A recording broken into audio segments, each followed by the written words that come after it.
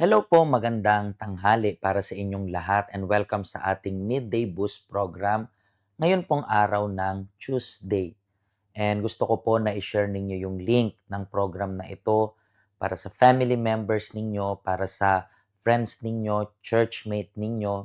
And we are going to continue talking about yung life ni Jacob. As you know, nasa week po tayo na pinapaintindi natin sa inyo yung bigat ng salita, bigat ng sumpaan, and gusto natin na malaman yung kwento ni Jacob and kung paano tayo matutulungan ng kwento ni Jacob. Hindi ito para malaman natin yung story lang, kundi dapat sa lahat ng binabasa natin na story ni Jacob, kailangan po natin na i-check kung paano tayo makaka-relate. Kasi one way or another, kaya natin makapulot ng lesson para sa ating sarili. Kaya natin makapulot ng lesson na hindi dapat nating gawin. And itong story ni Jacob, kapupulutan to ng maraming mga aral. And yesterday, kung hindi nyo po napanood yung program natin, available naman po yan sa ating YouTube channel. Pwede nyo pong puntahan yung, or kung meron po kayong YouTube, pwede nyo pong i-search yung UCKG Hong Kong and punta po kayo sa playlists or sa videos lang. Pero meron namang playlist yung Midday Boost program natin. You can even check sa playlist natin para makita nyo po kung ano yung mga programs na hindi nyo po napanood. So yesterday, pinag-usapan natin yung kambal. And today, tingnan natin kung paano lumaki itong kambal na ito. Nakasulat po dito sa Genesis chapter 25, verse 27. It's written like this: Nang lumaki na ang dalawang sanggol, naging maliksing mga ngaso si Esau at palagi lang siya sa bukid, habang si Jacob naman, si Jacob, ay tahimik na tao at palaging nasa loob ng mga tolda. Isang araw, habang nagluluto si Jacob ng sabaw, dumating si Esau, galing sa pangangaso, na gutom. Sinabi niya kay Jacob, "Pakiusap, bigyan mo nga ako ng niluluto mong mapula-pulang sabaw dahil gutom na ako." Pero sumagot si Jacob, "Bibigyan kita nito kung ibibigay mo sa akin ang karapatan mo bilang panganay." Sinabi ni Esau, "Sige, ano bang gagawin ko sa karapatan na yan kung mamamatay din lang ako sa gutom?" So, kahapon na pag-usapan natin na merong malaking privilege para sa mga panganay. And makikita po natin na since na pinanganak si Jacob, siya po ay meron ng eagerness na matanggap itong blessing ng or karapatan, itong pagpapala, kasi yung blessing na pinapasa ng parents nila, hindi lang naman yan po blessing mula kay Isaac. Ang blessing na yun is nagmula pa kay Abraham at binigay ng Diyos yung blessing na yun kay Abraham na ipapasa throughout generation. Pero ano pong makikita natin dito sa story nila? Makikita natin na umpisang-umpisa pa lang nung lumaki sila, meron na agad distinction, malaking pagkakaiba yung magkambal. Alam niyo naman po, kahit magkamukha pa yung kambal, kahit sabi natin halos magkahawig yung kambal, tayo ay create pa rin ng Diyos na unique.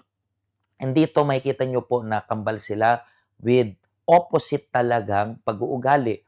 Si Esau, makikita natin na siya ay maliksi. Habang ito naman na si Jacob ay tahimik lang. So, basically, kung ang gawain, imagine niyo po, mangangaso si Esau. So, ibig sabihin, matipunok siya. Ibig sabihin, maganda yung pangangatawan niya. Habang ito naman, tahimik lang, at alam niyo po, yung mga bata usually na hindi nalabas, minsan sila pa ngayong sakitin, di ba, yung mga taong bahay lang, minsan napaka-fragile nila. Ibig sabihin, hindi sila pwedeng dumepende lang sa sarili nila. And dito natin makikita kung bakit yung dalawang ito, makikita natin na si Jacob, labis yung pagbigay niya ng importansya dun sa blessing, yung karapatan ng pagiging panganay. Habang ito naman na si Esau, ano nangyari? Iniitsapwera niya yung blessing na ito, itong karapatan. Bakit?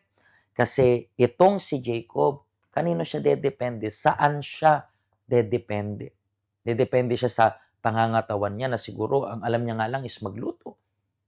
Pero ito na si Esau, nakadepende siya sa lakas niya. Kaya nga, nakita niyo nung sinabi niya, anhin ko ba yan? And mag-ingat po kayo sa ganitong klase ng pag-uugali. Sa buhay natin, meron po tayong pagpipilian. May mga offer palagi sa atin sa pang-araw-araw at ikaw po yung mamimili kung ano yung para sa iyo mas nakabubuti. Dito, mapapansin ninyo po na si Jacob, pinahahalagahan niya yung karapatan ng pagiging panganay. Ito naman si Esau, iniitsapwera niya. Ganyan rin madalas yung tao. Yung tao madalas kapag spiritual yung pinag-uusapan, iniitsapwera. Pero kapag material, yun ang binibigyan ng halaga. That's the reason why kaya natin makarelate. Sino ka po sa magkapatid na ito? At hindi mo ko kailangan sagutin verbally. But sa pinapakita mo, anong pinapakita mo? Mas obsessed ka ba sa spiritual? Or hinahangad mo rin or masyadong yung laman ng utak mo is materialistic. Dapat po hindi gano'n. Hindi ko sinasabi dito na hindi dapat kayo ma-bless materially speaking. No, you have to be blessed materially speaking, but you have to understand as well na lahat ng material sa oras na mamatay tayo, may iwan natin yan. Dapat mas pahalagahan mo yung mga bagay na spiritual. So dito, makikita natin yung dalawang extreme. So, mamili ka po kasi ikaw yung pipili dyan. Hindi yan dahil sasabihin mo, ako si Jacob at pinapahalagahan mo yung bagay na spiritual is spiritual ka na talaga. No, kailangan mo na ipakita through your action and sa mga pagpipili ninyo. Do you understand? Speaking about dyan, this coming weekend, meron po kayong pagpipilian. Sa weekend, magkakaroon po tayo ng Lord's Supper, banal na hapunan, in which meron kayong pagpipilian kung ano yung ipa-priority ninyo kung anong magiging priority ninyo this coming weekend. Nandyan po yung ating schedule. And bakit po ang Lord's Supper natin sa umaga? Kasi pinapakita lang natin na yung Diyos ay numero uno sa ating buhay. Naintindihan niyo po ba? So, yan yung gusto ng Diyos. Unahin niyo siya. Kaya nga may mga verses na sabi, galit na galit daw yung Diyos kay Esau. Bakit? Kasi kahit siya yung tinuturing na panganay, tinitake for granted niya, binabaliwala niya. Habang si Jacob daw, mahal niya. Bakit? Kasi nga, hindi perpekto si Jacob. Mamaya makikita nyo po sa mga susunod na program, makikita nyo yung mali ni Jacob.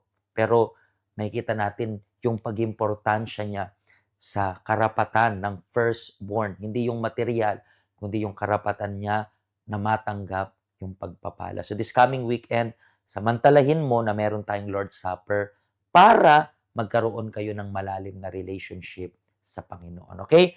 Bukas rin po, magkakaroon rin tayo ng Bible study.